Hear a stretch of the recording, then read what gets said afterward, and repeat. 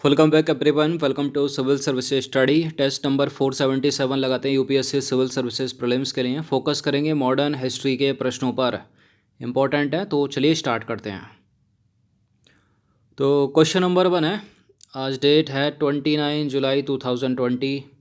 इनमें से कौन से रॉयल इंडियन नेवी के द्वारा किए गए विद्रोह के कारण थे? इंडोनेशिया में भारतीय सेना का प्रयोग तथा उसकी वापसी की मांग, आज़ाद हिंद फौज पर मुकदमा चला दिया अंग्रेज़ों ने, और नस्लवादी भेदभाव। बताइए। रॉयल इंडियन नेवी के द्वारा किए गए विद्रोह के कारण क्यों किया था रॉयल इंडियन नेवी ने विद्रोह? क्योंकि नस्ली भेदभाव एक कारण था, आज़ाद हिंद फौज पर मुकदमा चलाया था अंग्रेज़ों ने, और इंडोनेशिया में भारतीय सेना का प्रयोग तथा उसकी वापसी की मांग। इन सभी के लिए इसका आंसर क्या हो जाएगा? Option number D. तो देखिए, उपरोक्त सारे के सारे करेक्ट हैं। रॉयल इंडियन नेवी ने 18 फरवरी 1946 को विद्रोह किया और उस विद्रोह के निम्नलिखित कारण थे। नस्लीय भेदभाव, मतलब भारतीय नाविक अंग्रेज सैनिकों के बराबर वेतन की मांग कर रहे थे। नाविक वी सी दत्त को HMIS तलवार शिप की दीवारों पर भारत छोड़ो लिखने के आरोप में गिरफ्तार कर लिया गया था उनको, और नेवी के सैनिक उन्हें रिहा करने की मांग कर रहे थे। आज़ाद हिंद फौज पर मुकदमे ने अंग्रेज़ों ने आज़ाद हिंद फौज पर मुकदमा चलाया, उससे असंतोष उत्पन्न हुआ और अधिक और भड़क गया वो। इंडोनेशिया में भारतीय सेना का प्रयोग तथा उसकी वापसी इनकी प्रमुख मांगों में से एक थी। इनकी किनकी? Royal Indian navy. तो करेक्ट हो गए तीनों के तीनों स्टेटमेंट। इसका आंसर क्या हो जाएगा? Option number D. Question number 2 पर आ जाइए। निम्नलिखित कथनों पर विचार करना। दो स्टेटमेंट है यहाँ पर, बताना कि इनमें से कौन सा करेक्ट है। पहला स्टेटमेंट है, सुभाष चंद्र बोस ने इंडियन नेशनल आर्मी का गठन टोक्यो में किया था, जापान के टोक्यो में। दूसरा स्टेटमेंट है, इंडियन इंडिपेंडेंस लीग की स्थापना रास बिहारी बोस ने की थी। देखिए, इंडियन इंडिपेंडेंस लीग की स्थापना की थी सुभाष चंद्र बोस ने, और इंडियन नेशनल आर्मी का जो गठन किया था वो कैप्टन मोहन सिंह, रास बिहारी बोस, इन्होंने मिलकर किया था टोक्यो में। सुभाष चंद्र बोस उसमें शामिल नहीं थे। तो गलत है दूसरा वाला स्टेटमेंट, गलत है पहला वाला भी स्टेटमेंट। ये दोनों के दोनों इनकरेक्ट हैं। इसका आंसर हो जाएगा ऑप्शन नंबर डी। तो दोनों के दोनों गलत हैं। देखिए, मार्च 1942 में रास बिहारी बोस ने टोक्यो में इंडियन नेशनल आर्मी के गठन पर विचार के लिए एक सम्मेलन बुलाया। कैप्टन मोहन सिंह, रास बिहारी बोस तथा NS गिल के सहयोग से इंडियन नेशनल आर्मी का गठन किया गया, न कि सुभाष चंद्र बोस। अच्छा, इसकी स्थापना का विचार जो है सबसे पहले किसने दिया था? तो कैप्टन मोहन सिंह के मन में आया था। 1941 में सुभाष चंद्र बोस ने बर्लिन में इंडियन इंडिपेंडेंस लीग की स्थापना की थी। दूसरा भी गलत है। क्वेश्चन नंबर 3 पर आ जाइए। लाल किला मुकदमा के संदर्भ में निम्नलिखित कथनों पर विचार करना। पहला स्टेटमेंट है, यह मुकदमा जो था वो आज़ाद हिंद फौज के सिपाहियों से संबंधित था। बहुत पूछते हैं सीधा सीधा स्टेटमेंट, 4 विकल्प बनाकर किससे संबंधित था ये। बचाव पक्ष के वकील इसमें कौन कौन थे? कैलाश नाथ काटजू, तेज बहादुर सप्रू और जवाहरलाल नेहरू। अंग्रेजों द्वारा यह मुकदमा कैप्टन मोहन सिंह, सुभाष चंद्र बोस और रास बिहारी बोस पर चलाया गया था। देखिए, पहला स्टेटमेंट तो करेक्ट है। लाल किला मुकदमा आज़ाद हिंद फौज के सिपाहियों से संबंधित था। इसमें बचाव पक्ष में वकील थे कैलाश नाथ काटजू, तेज बहादुर सप्रू और जवाहरलाल नेहरू। लेकिन जिन पर यह मुकदमा चल रहा था उनमें ना तो कैप्टन मोहन सिंह थे, ना ही सुभाष चंद्र बोस थे, और ना ही थे रास बिहारी बोस। गलत है थर्ड वाला स्टेटमेंट, एलिमिनेट कर दीजिए इसको। जहाँ जहाँ 3 है वो नहीं होगा। इसका आंसर हो जाएगा केवल 1 और 2, option number B.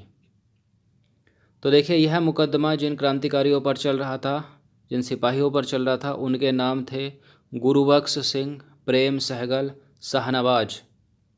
Gurbaksh Singh, Prem Sahgal और शाहनवाज। बात करें इसकी तो 1945 में आज़ाद हिंद फौज के सिपाहियों द्वारा समर्पण के बाद सरकार ने उन पर लाल किले में मुकदमा चलाने का निर्णय लिया। इसलिए करेक्ट है पहला स्टेटमेंट। और बचाव पक्ष के वकीलों में प्रमुख थे भूला भाई देसाई। उनका सहयोग करने वाले कौन थे? तेज बहादुर सप्रू, कैलाश नाथ काटजू और जवाहरलाल नेहरू। ये नाम याद रखिए। तीनों अलग अलग स्टेटमेंट है, तीनों से प्रश्न बनाया गया है पहले भी। क्वेश्चन नंबर 4 पर आ जाइए। निम्नलिखित कथनों पर विचार करना। पहला स्टेटमेंट है, थोड़ा तीव्र गति से चलते हैं, बड़े बड़े स्टेटमेंट हैं। तो स्टेटमेंट नंबर 1 है, विभाजन से पहले लॉर्ड माउंटबेटन की अध्यक्षता में एक समिति का गठन किया गया। विभाजन से पहले। दूसरा स्टेटमेंट है, इसके सदस्यों में वल्लभ भाई पटेल, डॉक्टर राजेंद्र प्रसाद और लियाकत अली खान शामिल थे। बाद में इस समिति का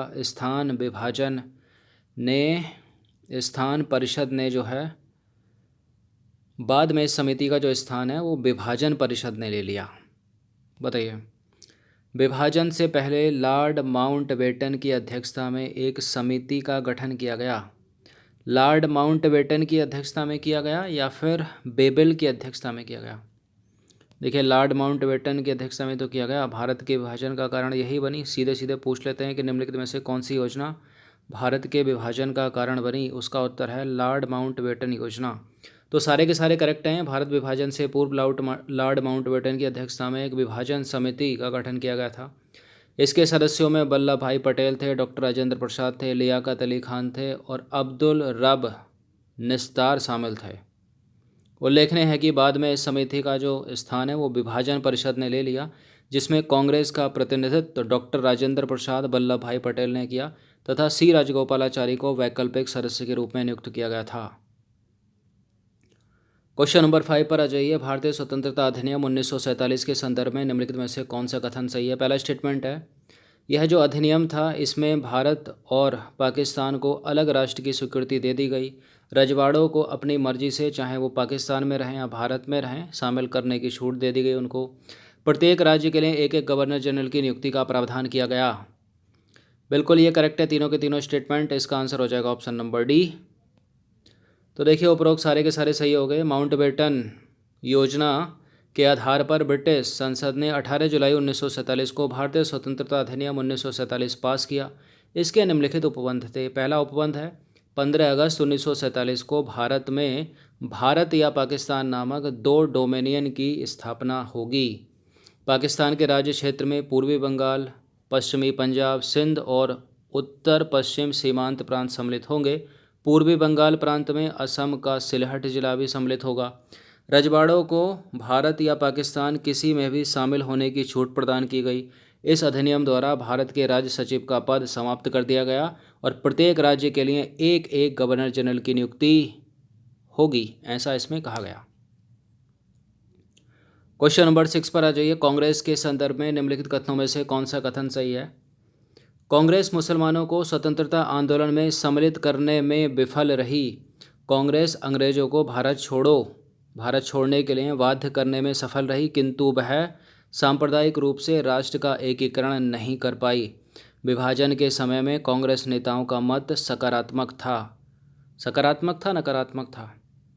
सकारात्मक ही था। करेक्ट हैं ये तीनों के तीनों स्टेटमेंट। इसका आंसर हो जाएगा ऑप्शन नंबर डी, उपरोक्त सभी।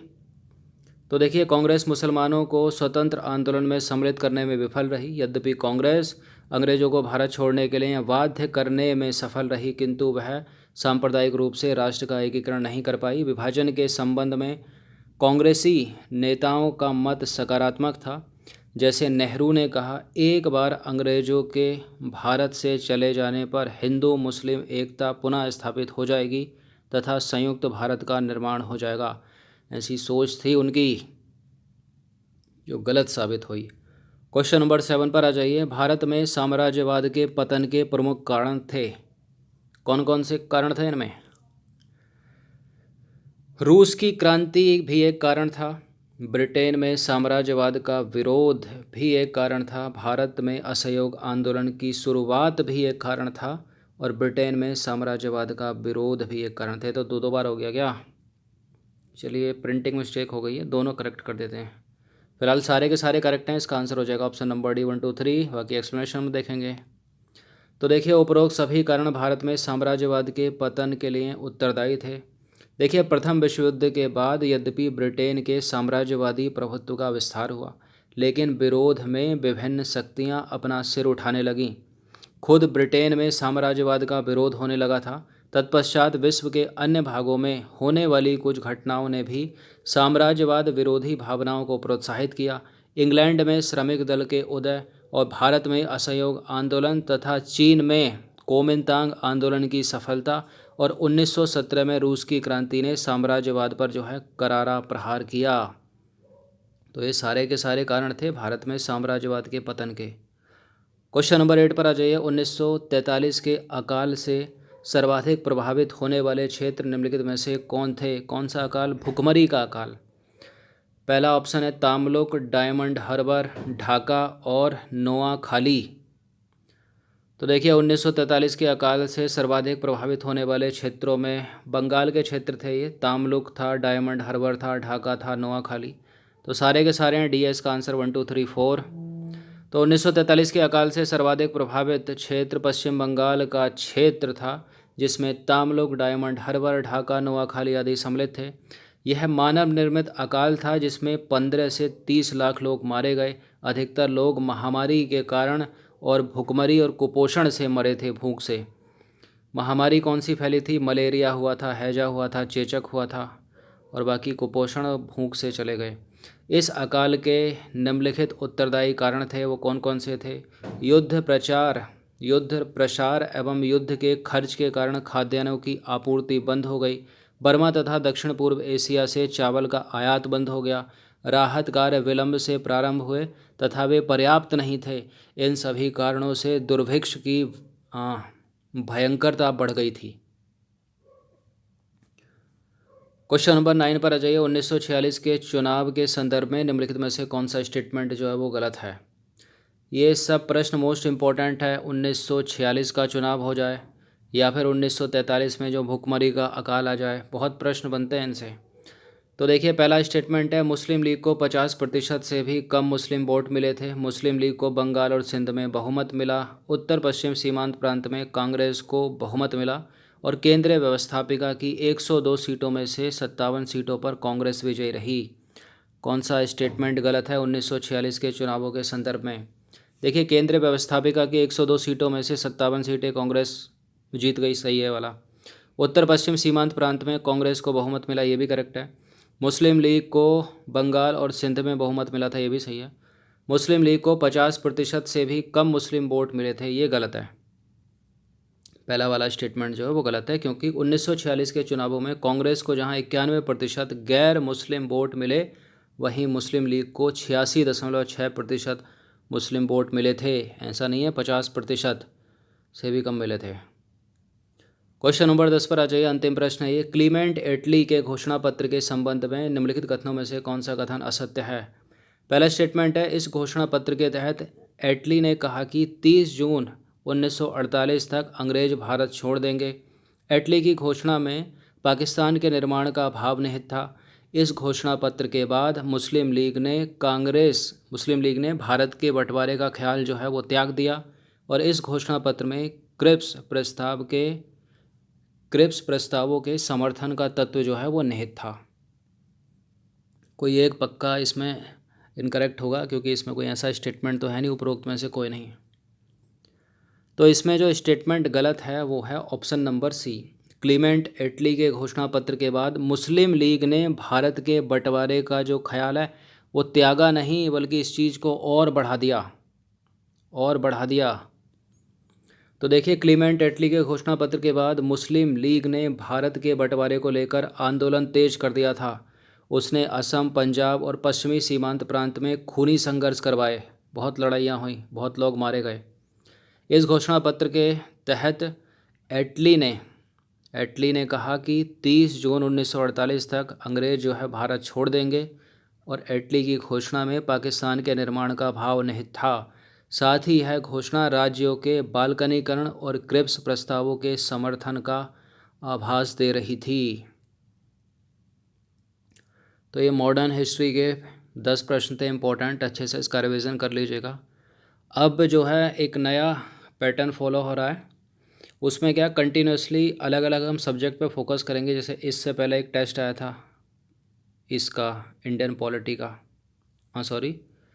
मॉडर्न हिस्ट्री का, आधुनिक भारत का, ये भी आधुनिक भारत का। तो एक एक दिन कोशिश करेंगे हर सब्जेक्ट को लेके चलें। जैसे अपना काफ़ी हफ्ते भर से चल रहा है ना वो Indian polity, sequence wise continuously, इसी तरह से मॉडर्न भी चलेगा।